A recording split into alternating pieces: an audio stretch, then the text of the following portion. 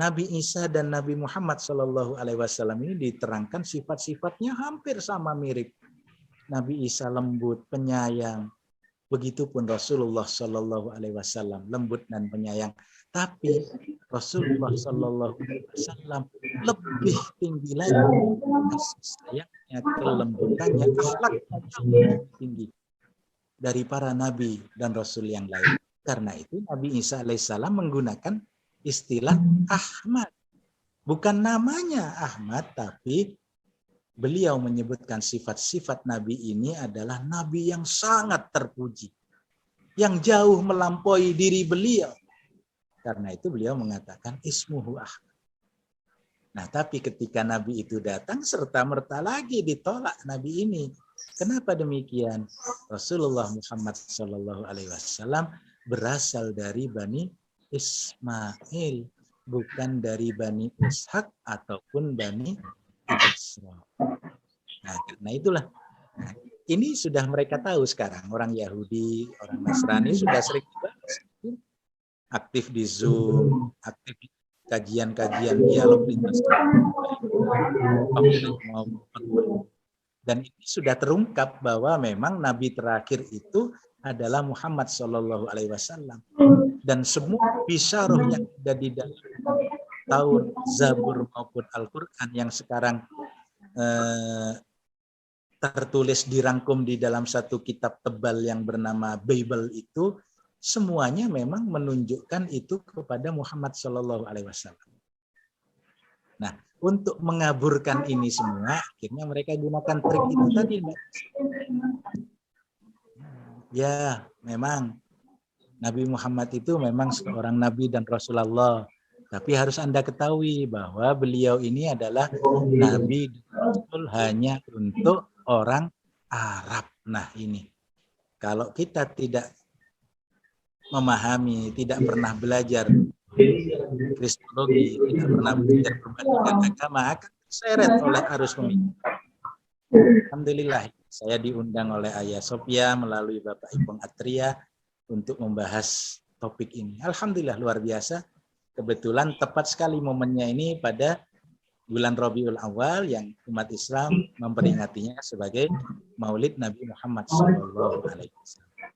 Jadi pesan saya khususnya kepada saudara-saudara kami Muslim, jangan termakan oleh tipu daya, oleh cara-cara pelunturan akidah dengan mengatakan, baiklah kami menghormati keimanan kalian kepada Nabi Muhammad SAW. Tapi tahuilah bahwa Muhammad SAW itu hanya Nabi untuk bangsa Arab, bukan untuk seluruh alam semesta. Kalau ada yang mengatakan itu tolak, katakan kepada mereka, Muhammad SAW adalah Nabi bagi semesta alam. Bukan Nabi lokal, bukan hanya untuk Bani Ismail saja, bukan hanya untuk Bani Israel saja seperti nabi-nabi yang lain. Tapi Muhammad SAW diutus oleh Allah rahmatan lil alamin. Karena itu Rasulullah SAW bersabda di dalam hadis sahih yang diriwayatkan oleh Imam Muslim, walladzi nafsi biyadi, demi zat yang diriku berada dalam genggaman kekuasaan, la yasma'u bi rajulan min hadhihi, tidaklah mendengar laki-laki dari kalangan umat ini akan kedatanganku, akan diutusnya aku sebagai nabi dan rasul, Yahudian atau Nasranian, apakah laki-laki ini seorang ataukah dia seorang Nasrani, summa la yu'minu bi, kemudian dia tidak beriman kepadaku, tidak mengikuti risalahku, tidak mengikuti syariat, tidak menjadi pemeluk Islam yang sudah Allah nyatakan sebagai penutup dari seluruh risalah para rasul, khatamil anbiya wal mursalin illa difalannar, kecuali laki-laki tadi akan Allah masukkan ke dalam neraka. Na'udzubillah. Mudah-mudahan bangsa dan para pemirsa Ayah Sofia yang insya Allah dimuliakan oleh Allah dan saudara-saudara Muslim dimanapun berada, jangan sampai akidah kita tergerus oleh pola-pola pemikiran, oleh slogan-slogan yang bertujuan untuk melemahkan, mengaburkan akidah kita, dan lama-lama melunturkan, bahkan mengeluarkan kita dari Islam. Alhamdulillah semuanya. Pesan saya hanya satu, ya ayyuhalladzina amanu taqullaha haqqa tuqatih wa la tamutunna illa wa antum muslimun. Jangan kalian mati kecuali tetap dalam keadaan sebagai seorang muslim. Saya itu dari saya, Mbak Nisa. Terima kasih. Assalamualaikum warahmatullahi wabarakatuh. Waalaikumsalam warahmatullahi wabarakatuh. Baik Ustadz, materi yang sangat menarik sekali dan sangat berbobot, terutama bagi kita pemirsa Ayah Sofia yang saat ini sangat membutuhkan jawaban dari Ustadz, melihat dari keadaan sekarang di mana orang-orang Nasrani menggencarkan atau saling perang pikir antara Nasrani dan Islam, bahwa yang dikatakan bahwa Nabi Muhammad hanyalah nabi untuk orang Arab saja, ya begitu Ustadz.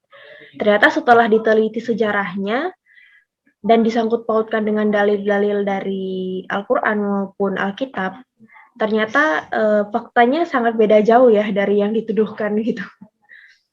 Ya. Untuk selanjutnya saya ada pertanyaan pribadi Ustadz. Apakah bisa minta waktunya lagi untuk menjawab pertanyaan saya? Insya Allah. Ya. Tadi disebutkan bahwa anak-anak dari Nabi Yakub itu ada 12. Nah, Nabi Ishak bagaimana 13. Ustaz? Oh iya, 13. 12 laki-laki, satu perempuan, iya. Kalau untuk istrinya Nabi Yakub itu ada 4 kan. Nah, istri pertama itu melahirkan Nabi Ishak, dan istri terakhir itu yang kalau tidak salah bernama Rahel itu melahirkan Yusuf dan Ismail atau Benyamin gitu. Ibrahim ya. Jadi kalau Nabi Allah Ibrahim 2, istri yang pertama Syarah itu melahirkan Ishak. Nah, tapi kalau Nabi Yakub alaihissalam istri beliau 4, jadi ada Lea, ada Rachel, ada Bilha, dan ada Zilpah. Jadi kalau Nabi Ishak itu ayahnya Nabi Yakub, itu koreksinya. Oh. Yakub itu punya istri 4, yang pertama Lea, yang kedua Rachel, kemudian yang ketiga Zilpah, dan Nabi Yusuf alaihissalam lahir insya Allah dari Nabi Ibrahim. Rachel ya, saya agak lupa itu kalau sudah terkait silsilah. Jadi nanti bisa dirujuk itu. Jadi yang pasti Nabi Yakub dan Benyamin itu satu saudara, jadi satu ayah, satu ibu. Apakah dari istri yang pertama Lea atau dari Rachel nanti bisa dicek. Jadi yang lain itu dari istri-istri yang lain. Baik.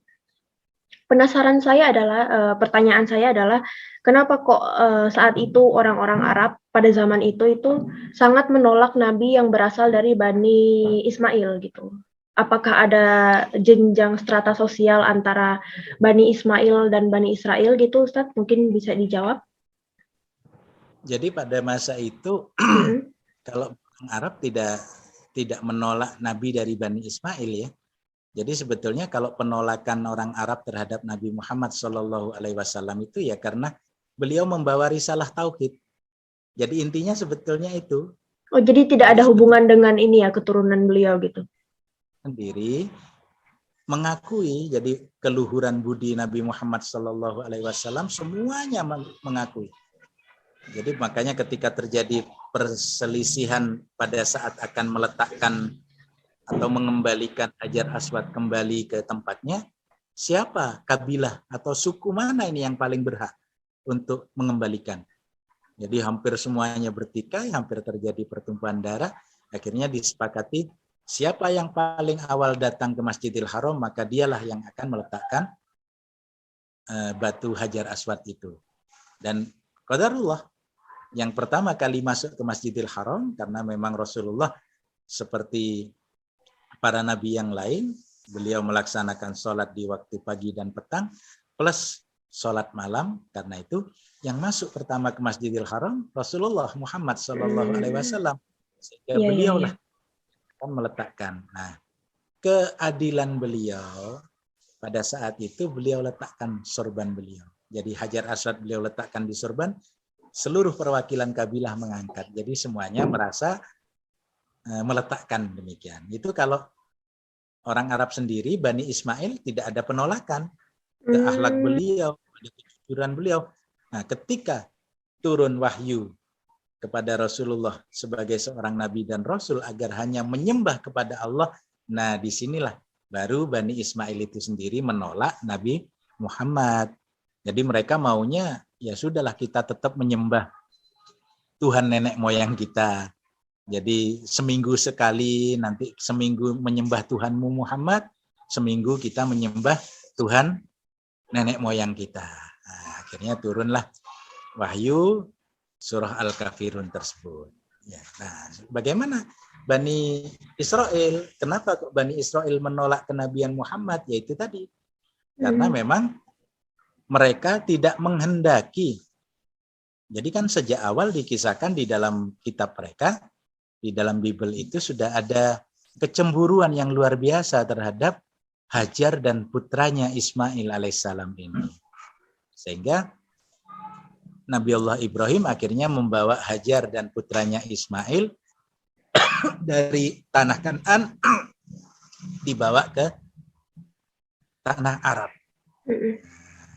Di mana di tanah Arab inilah, di Bekkah, di lembah Bekkah inilah kemudian Nabi Allah Ibrahim dan putranya Ismail meninggikan. Jadi bukan membangun ya, tapi meninggikan. Jadi pondasi dari rumah suci itu sudah ada. Makanya disebut Baitul Atiq, rumah kuno, rumah tua. Jadi sebelum adanya Baitul Maqdis, maka rumah tua, rumah suci Bait Allah itu sudah ada di Bekkah ini, di lembah Bekkah ini. Karena itulah ketika Nabi Allah Ibrahim alaihissalam dan putranya Ismail tiba di mana, di Bekkah atau di Makkah, Allah menyebutkannya wa id yarfa'u Ibrahimul qawa'ida minal baiti wa Ismail. Dan ingatlah ketika Ibrahim dan putranya Ismail yarfa'u, meninggikan kembali qawa'id, pondasi dari rumahku ini. Wa id yarfa'u Ibrahimul qawa'ida minal baiti wa Ismail, bersama putranya Ismail. Jadi dibangun kembali Ka'bah itu. Jadi pondasinya sudah ada. Karena rusak terkena banjir di masa Nabi Nuh alaihissalam, kemudian dimakan usia juga, akhirnya hancur. Nah, kemudian beliau tinggikan kembali. Wa id yarfa'u Ibrahim.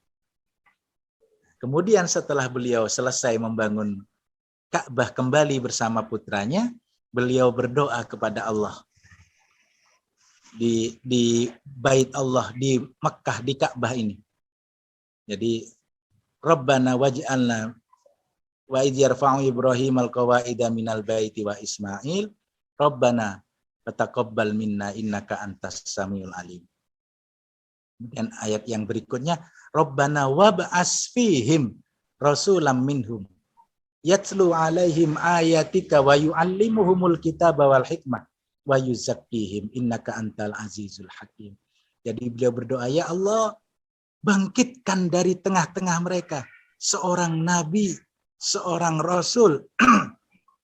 Rabbana wab'as alaihim. Jadi di tengah-tengah mereka Allah, ya Allah, bangkitkan, kata Nabi Allah Ibrahim, bangkitkan bagi mereka seorang rasul yang akan mensucikan mereka, yang akan menyampaikan ayat-ayatmu dan hikmahmu kepada mereka. Dan ternyata luar biasa. Tinggal Nabi Allah Ibrahim dan Nabi Allah Ismail alaihi wassalam baru Allah kabulkan. Dari keturunan Ismail lahir seorang nabi di Bakkah itu yang bernama Muhammad sallallahu alaihi wasallam. Jadi inilah sebetulnya yang menjadi masalah, kenapa kok mereka menolak kenabian Muhammad sallallahu alaihi wasallam. Jadi Bani Israel atau orang Yahudi itu mereka menolak kenabian Muhammad sallallahu alaihi wasallam karena sakit hati mereka. Kenapa kok nabi terpilih itu muncul dari turunan paman kami, Ismail, kok bukan dari golongan kami sendiri? Padahal kedudukan seorang nabi dan rasul itu luar biasa. Jadi apalagi itu nabi penutup yang sudah disampaikan bisyarahnya, kedatangannya oleh para nabi dari golongan Bani Israel sendiri. Jadi sakit hati mereka. Nah, itulah. Tapi ya kembali lagi sebetulnya ini juga termasuk masalah hidayah. Apakah orang-orang Yahudi selamanya akan membenci Islam lalu menolak untuk masuk Islam? Kalau hidayah sudah menyentuh, maka mereka juga akan kembali ke pangkuan Islam. Seperti sahabat-sahabat Rasulullah pun ada yang dulunya adalah orang-orang Yahudi. Kemudian apakah seorang Nasrani juga akan selamanya jadi seorang kafir? Kalau hidayah itu sudah menyentuh hatinya dan mereka membuka hatinya untuk menerima hidayah itu, maka tidak ada yang sulit. Mereka akan kembali ke dalam pelukan Islam. Dan kita sudah saksikan banyak sekali para mu'allaf, bahkan Ayah Sofia luar biasa, berapa kali sudah mensyahadatkan. Ya. Jadi ketika hati mereka tersentuh hidayah Allah dan hati mereka menerimanya, insya Allah mereka akan bersyahadat, asyhadu an la ilaha illallah wa asyhadu anna Muhammadur Rasulullah. Tapi sebaliknya, ketika mereka sudah menyaksikan acara kita seperti ini, sudah saya paparkan, sudah dipaparkan oleh sahabat-sahabat saya, oleh Ustadz Menachem Ali, oleh Ustadz Kainama, ya kapan hari live bersama Ustadz Kainama, dan para mu'allaf yang sudah memberikan kesaksian, masih juga menolak kebenaran Islam, masih juga menolak kenabian Muhammad Sallallahu Alaihi Wasallam, mereka menutup hati mereka sendiri untuk pintu hidayah, maka yang berlaku adalah khatamallahu ala qulubihim wa ala sam'ihim wa ala absarihim ghishawah wa lahum adzabun adzim. Khatamallahu ala qulubihim wa ala sam'ihim wa ala absarihim ghishawah wa lahum adzabun adzim. Kalian menolak hidayah itu, kalian menolak kebenaran itu, maka Allah pun akan mengunci hati kalian. Dan ancaman Allah bagi kalian adalah azab yang pedih. Na'udzubillah min dzalik. Itu. Baik. Berarti inti pada obrolan ini adalah hidayah itu hak prerogatifnya Allah berarti ya. Sekencang apapun kita memberitahu, sekencang apapun usaha kita untuk menunjukkan ini loh, ini yang paling benar dengan segala macam data ilmiah dan juga dalil yang bisa dipertanggungjawabkan gitu keabsahannya. Tapi ketika Allah memutuskan untuk belum atau tidak memberikan hidayah, ya tidak ada gunanya juga ya Ustadz ya. Bukan tidak ada gunanya ya. Jadi terus harus kita tetap harus sampaikan. Ya. Siap. Jadi asyiran wa nadhiran, kita sampaikan kabar gembiranya, kita berikan peringatan apa resiko-resikonya kalau menolak. Nah, selebihnya kita kembalikan kepada Allah. Iya. Harus kita kembalikan kepada Allah. Nah, ini kunci penting supaya para dai ini tidak sakit hati, tidak kecewa. Jangankan kita yang hanya seorang dai, para nabi dan Rasulullah pun demikian. Jadi selalu diberi hiburan. Sudah, jangan kecewa. Tidak, sampaikan saja. Yang penting kalian sampaikan. Sampaikan. Dan Allah yang akan mengubah semuanya. Dan tentunya hidayah itu pun akan Allah berikan selama mereka mau membuka hatinya untuk menerima hidayah. Iya. Itu terus berdakwah, tapi tetap kita ingat bahwa semuanya juga adalah keputusan dari Allah. Mudah-mudahan dengan sebab dakwah kita ini akan semakin banyak orang yang mau membuka hati untuk menerima hidayah dari Allah. Iya. Iya, lumayan ini ya, saya lumayan kaget karena ternyata sebab kebanyakan dari ditolaknya Nabi Muhammad sebagai nabi untuk seluruh alam semesta, instead of mereka mengatakan bahwa Nabi Muhammad hanya untuk orang Arab, adalah ternyata faktor utamanya itu atau faktor keseluruhannya yang paling berpengaruh adalah dari mana Rasulullah berasal, dari mana Nabi Muhammad berasal, keturunannya itu yang menurut saya, yang saya pahami adalah itu inti dari ditolaknya Nabi Muhammad gitu untuk seluruh alam semesta. Dan saya rasa kalau misalnya Allah sudah menggerakkan hati seorang hamba, hati seorang manusia juga, dari mana keturunan, dari mana asal Nabi itu sudah tidak jadi masalah ya Ustadz seharusnya. Jadi seharusnya sudah bisa menerima gitu. Ya. Baik Ustadz, untuk yang terakhir mungkin ada kalimat 1-2 kata yang bisa disampaikan kepada pemirsa Ayah Sofia tentang betapa pentingnya meneruskan perjuangan dalam menyampaikan kebenaran, terutama kebenaran yang ada dalam agama Islam. Monggo Ustaz. Ya, terima kasih. Allah berfirman, Ud'u ila sabili rabbika bil hikmah wa mau'izatil hasanah wajadilhum billati hiya ahsan. Jadi serulah manusia itu dengan cara yang hikmah dan dengan nasihat-nasihat yang baik. Dan debatlah mereka atau bantahlah mereka dengan cara yang lebih baik. Jadi kita umat Islam sudah diberi tuntunan oleh Allah. Jadi untuk terus berdakwah dengan cara yang hikmah dan dengan nasihat-nasihat yang baik. Dan kita juga diberi perintah oleh Allah. Jangan ragu untuk berdialog, mempertahankan kebenaran, mempertahankan yang hak itu harus disampaikan dan harus didialogkan. Tapi juga harus memegang rambu-rambu dengan cara yang sangat lebih baik. Jadi kita umat Islam dituntunkan untuk senantiasa berakhlak mulia. Sebagaimana Rasulullah SAW sendiri, innama bu'istu liutammima makarimal akhlak. Bahwa saya diutus ini adalah untuk menyempurnakan akhlak. Jadi jangan sampai kita ketika berdialog dengan kita menggunakan istilah-istilah atau kata-kata yang tidak pas. Ya. Kalaupun lawan dialog kita itu zalim, ya, berlaku zalim, jadi mereka memfitnah dengan begitu kejinya, tetap kita bantah mereka, tapi dengan cara yang lebih baik. Jadi jangan terbawa arus kita, malah kita terbawa. Akhirnya kita pun tidak ada bedanya akhlaknya dengan mereka. Dan yang kedua, saya ingat betul wasiat yang disampaikan oleh guru besar kami, para kristolog, insya Allah, Allahumma yarham Bapak Kiai Haji Abdullah Wasian. Jadi beliau pernah berwasiat kepada saya, kurang lebih 2 tahun sebelum beliau wafat. Jadi ketika beliau menyerahkan seluruh Bible-nya, jadi berbagai versi Bible beliau serahkan kepada saya. Sudah, Lutfi, saya sudah tidak butuh ini lagi, sudah cukup, sudah hafal semua. Nah, sekarang saya serahkan kepada kamu. Ingat Lutfi bahwa seorang yang mempelajari kristologi ini ibarat seorang yang belajar bela diri. Jadi bagaimana kamu bisa hebat? Maka kamu harus belajar ilmu bela diri, jurus-jurusmu sendiri dengan baik.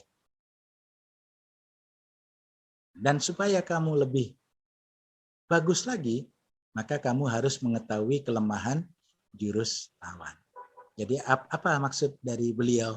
Jadi menjadi seorang kristolog itu yang pertama kuncinya adalah menguasai dulu ilmu-ilmu di dalam Islam. Jadi Al-Qur'annya difaham, hadisnya dikuasai, segala ilmu di dalam Islam itu harus dikuasai. Nah, baru kita mempelajari kelemahan lawan. Bukan mempelajari kelebihan agama lawan loh ya, tapi mengetahui kelemahan jurus lawan. Jadi kalau kita sudah mengetahui, insya Allah akan mudah kita untuk menghadapi para misionaris, mereka yang gentayangan dari segala macam lini untuk mendangkalkan akidah kita, bahkan memurtadkan kita. Mudah-mudahan Allah senantiasa melindungi kita, keluarga kita, dan saudara-saudara kita dari berbagai macam aksi. Amin. Terima kasih Mbak Nisa, itu yang bisa saya sampaikan. Ya. Saya kepikiran satu pertanyaan, ini insya Allah paling terakhir ya Ustadz ya. Saya kepikiran satu pertanyaan lagi yang barusan masuk ke otak saya. Saya pernah mendengar salah satu teman saya mengatakan seperti ini. Ketika dia mendengar ceramah-ceramah tentang kristologi atau mendengar ceramah-ceramah tentang perbandingan agama, dia mengatakan seperti ini. Saya merasa bahwa saya tidak perlu mencari tahu kelemahan agama lain untuk yakin dengan agama saya. Itu begitu pernyataan dia seperti itu. Jadi dia merasa bahwa dia tidak perlu mencari-cari kelemahan agama lain hanya untuk meyakinkan bahwa agama saya yang paling benar. Itu menurut Ustadz bagaimana? Jadi ketika seorang muslim mengatakan agama saya yang paling benar, itu harus kita koreksi dulu. Jadi jangan sekali-kali kita mengatakan bahwa Islam adalah agama yang paling benar. Cukup kita katakan Islam adalah agama yang benar. Karena kalau ada kata paling benar, berarti kan ada yang lain itu jadi benar. Nah, jadi cukup kita katakan hanya Islam agama yang benar. Jadi selain Islam sudah bukan agama, entah apa itu namanya. Nah, iya. Oh iya. Jadi kalau sesederhana itu sebenarnya ya logikanya ya. Jadi jangan pernah kita katakan Islam itu yang paling benar, tapi Islam itu yang benar. Hanya itu saja. Inna indallahil Islam. Itu yang pertama. Yang kedua, kalau ada muslim yang mempunyai sikap seperti itu, ya itu hak mereka ya. Jadi mungkin dia belum pernah kena batunya gitu. Seandainya satu saat dia akan kena batunya, contoh tadi yang saya sampaikan Mbak Nisa, yang sederhana sajalah, masalah korban itu. Siapa anak Ibrahim yang dikorbankan? Misalkan mereka tunjukkan, tolong cari di dalam kitab Al-Quran ini, di mana ada nama Ismail yang dikorbankan di dalam Al-Quran. Kita cari bolak-balik dari awal sampai akhir, tidak akan pernah ketemu kita. Karena memang Allah tidak sebutkan. Ya, siapa nama anak itu? Jadi Rabbi habli minas solihin wa bassarnahu bi gulamin halim falamma balagha ma'ahu sya'ya qala ya bunayya inni ara fil manam anni adbahu kafandur madatara qala ya abatif almatu marsatajiduni insyaallah minas sabirin. Siapa nama anak itu? Tidak ada.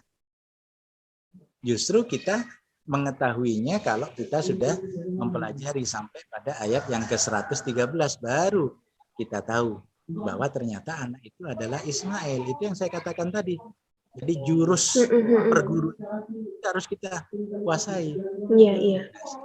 Setelah kita menjawab, ini loh, Ismail itu ada di sini. Meskipun namanya tidak disebut, tapi ayat ini maknanya adalah Ismail.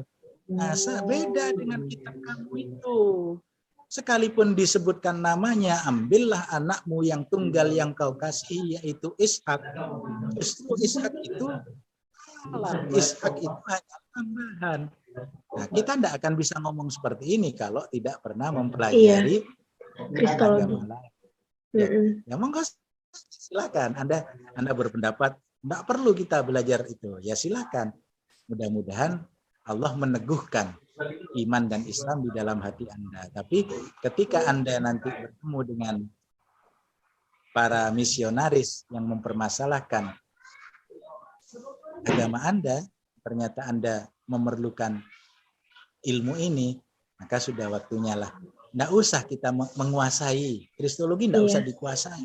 Apa? Ya, cukup kita ketahui saja di mana titik-titik lemah ajaran mereka, baik agama Yahudi maupun agama Nasrani itu, di mana titik lemahnya. Jadi yang bersangkut dengan Islam itu saja sudah cukup. Insya Allah kita sudah akan bisa menghadapi apapun cara dan metode yang mereka lakukan. Itu Mbak Nisa jawaban saya. Baik, jazakallah khairan Ustadz. Terima kasih atas materi kajian yang sangat menarik sekali, dan juga jawaban-jawaban dari pertanyaan-pertanyaan saya yang sangat-sangat insya Allah sangat akan membantu saya nanti ke depannya, dan juga pemirsa Ayah Sofia. Baik, cukup sampai di sini dulu kajian bersama Ustadz Anwar. Semoga Ustadz diberi kesehatan oleh Allah, diberi keamanan dan juga keberkahan dimanapun Ustadz berada. Baik, terima kasih atas waktunya Ustadz. Semoga Ustadz sekeluarga sehat-sehat nggih. Amin, amin ya rabbal alamin. Teriring doa yang sama untuk Mbak Sinten? Mbak Nisa. Mbak Nisa Ya. dan Bapak Ipung Atria juga. Amin. Seluruh besar Ayah Sofia dimanapun berada. Amin, mudah-mudahan Allah bisa merahmati kita. Baik. Amin ya Allah. Baik Ustadz, terima kasih. Kita akhiri sampai di sini. Wassalamualaikum warahmatullahi wabarakatuh. Waalaikumsalam warahmatullahi wabarakatuh.